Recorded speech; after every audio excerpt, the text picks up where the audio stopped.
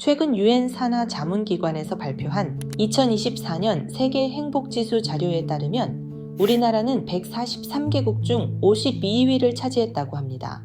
우리나라 행복지수가 이렇게 낮은 이유를 뭐라 생각하시나요?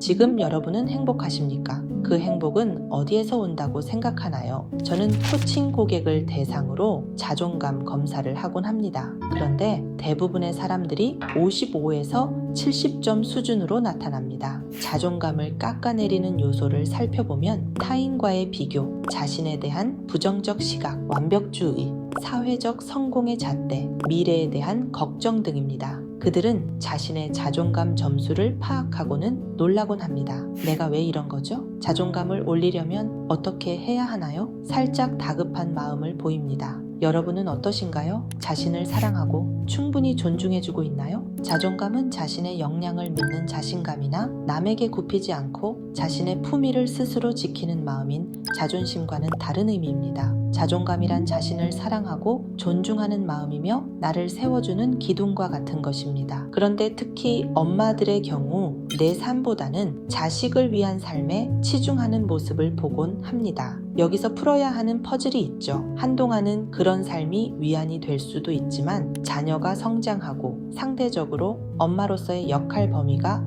급속도로 줄어들면 그때부터 우울감이 올라오게 됩니다. 따라서 아이가 어릴 때나 커서나 엄마들은 항상 나를 세우는 힘, 그 자존감을 생각하고 관리해야 합니다. 부모의 자존감은 자녀들에게도 대물림될 가능성이 매우 높습니다. 자존감이 낮은 부모 밑에서 자란 아이일수록 자신도 모르게 친구들과 자신을 비교하고 자신의 처지를 비관적으로 보며 미래에 대한 불안을 열등감이나 자괴감으로 표현하곤 합니다. 따라서 부모의 높은 자존감은 자녀들에게 어떠한 것보다 위대한 유산입니다. 2008년 제가 빕스 사업부장으로 재직했던 때입니다. 고객 만족도가 떨어지고 브랜드가 위기에 처한 상황에서 브랜드 책임자로서 곳곳에 빨간불을 빨리 꺼야 하는 사면초가 상태였습니다. 업무 파악도 하기 전에 밀려오는 압박과 스트레스는 이만저만이 아니었습니다. 포기하고 싶은 마음도 올라왔죠. 내가 뭐가 아쉬워서 이런 상황으로 내몰리면서까지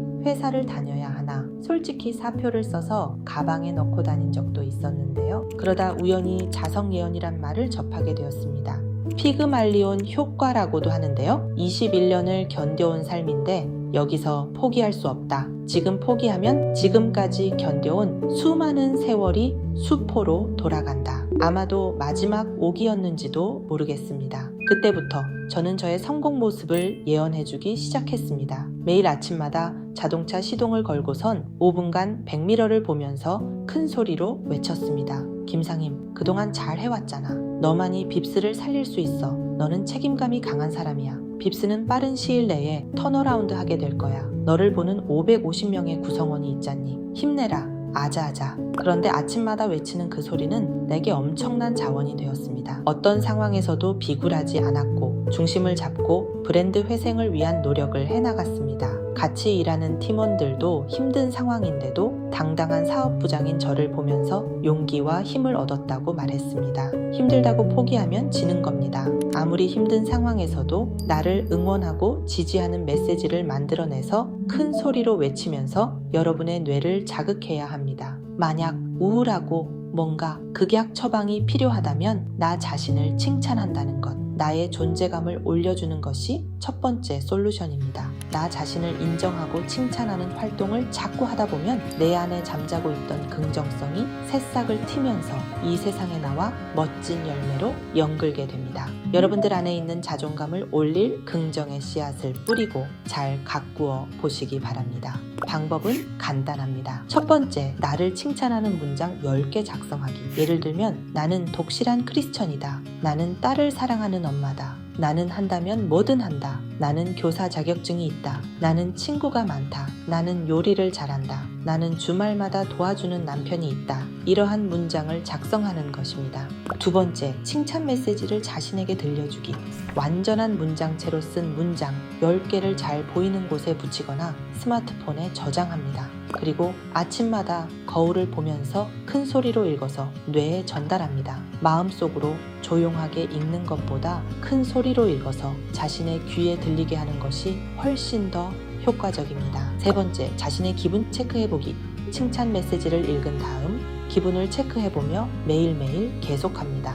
그리고 아이들에게도 이러한 엄마의 칭찬 메시지를 하나씩 전달합니다. 부모의 긍정성, 나가서는 자존감이 아이들에게는 거울입니다. 외부의 상황이 어떠하든 내 안의 긍정성을 이끌어내서 자신의 존재감을 올리는 것, 자녀들에게도 어떤 교육보다도 이것을 우선시하면 좋겠습니다.